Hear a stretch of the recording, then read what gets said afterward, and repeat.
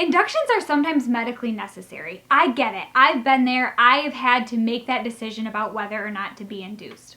But sometimes we decide to be induced because it's convenient for our provider to make sure they're there to deliver our baby. Sometimes it just works better for childcare for our other kids, or perhaps the timing is better for our visitors that plan to come and see us. And sometimes it's really just for a convenience factor. Before you decide to be induced for convenience or because you're sick of being pregnant, I want to give you a few facts about different types of induction and the pros and cons of induction, so when you have to make that decision, you can make an empowered decision.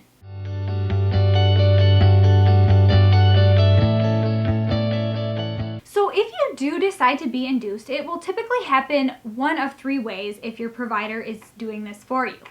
The first thing that they typically try is stripping your membranes. This basically happens in a doctor's office.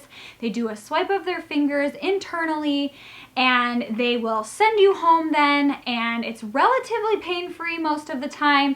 They'll send you home and tell you to come back when contractions become regular and if labor starts progressing.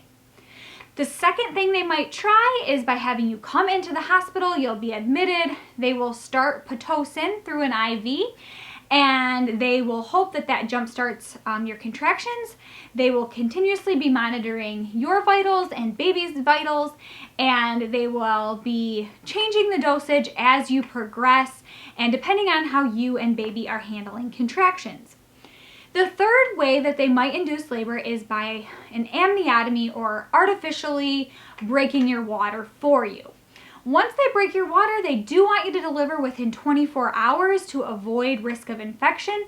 So this does put a little bit of a time crunch and a timeline for delivery on you and your baby. None of those interventions or ways to induce labor are bad in and of themselves. They're not harmful to you. They're not harmful to baby typically. But there are some cons or negative sides of being induced. And let me share those with you before you make your decision about a voluntary induction. When you're induced, especially if they do it with Pitocin, labor can come on pretty quickly. The contractions are pretty strong pretty quickly for most women. So when this happens, you don't like slowly build up like you might if you went into labor just spontaneously on your own. And so they become so intense so quickly that oftentimes women do need to use an epidural in order to manage pain. Now, there's nothing wrong with getting an epidural, but we do know from the research that epidurals actually slow down labor. And that could be because you aren't moving around as much, baby's not moving through the birth canal. It might also mean that contractions slow down a little bit, or different reasons, but we do know that the first stage of labor, or everything leading up to the part where you're pushing, is on average longer when you use an epidural. Because of that, let's say they did Pitocin, you ended up with an epidural, they then did the amniotomy where they broke your water, and you only have 24 hours to deliver your baby. In this case, once you start nearing that 24-hour mark, you do have a higher risk for an unplanned cesarean delivery because you're hitting that 24-hour window, and if they can't get baby to come out with Pitocin, or you can't move around to get it to come out that way, they might look towards a cesarean delivery. Also, a lot of times stalled labor or just long labors do end up in cesarean. So there is a higher rate of unplanned cesareans when women are induced. And then because you have a cesarean delivery and this is a surgery that you have to go through, it takes longer to recover. They want to monitor you more, and so your length of stay in the hospital is a little bit longer. So none of those things are bad in and of themselves, and certainly if the health of you and baby is at risk, they are totally great options that we have. But just know that they are a risk if you are voluntarily deciding to be induced and you had hoped to avoid epidurals, cesareans, or that kind of a thing. Since you're watching this video, most likely you are getting very, very close to due date and labor and delivery day. And for you, if that is you, I have included a link for a free download in the description below.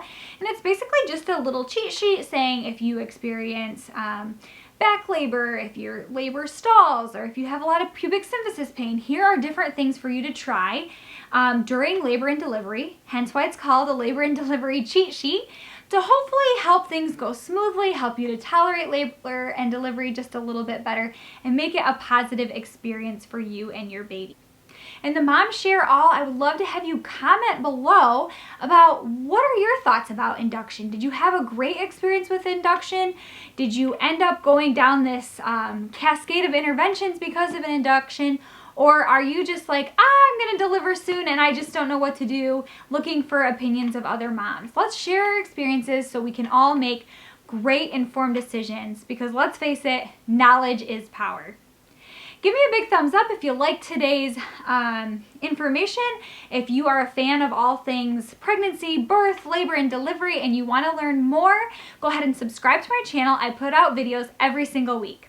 Can't wait to see you all next time, and thanks so much for joining me.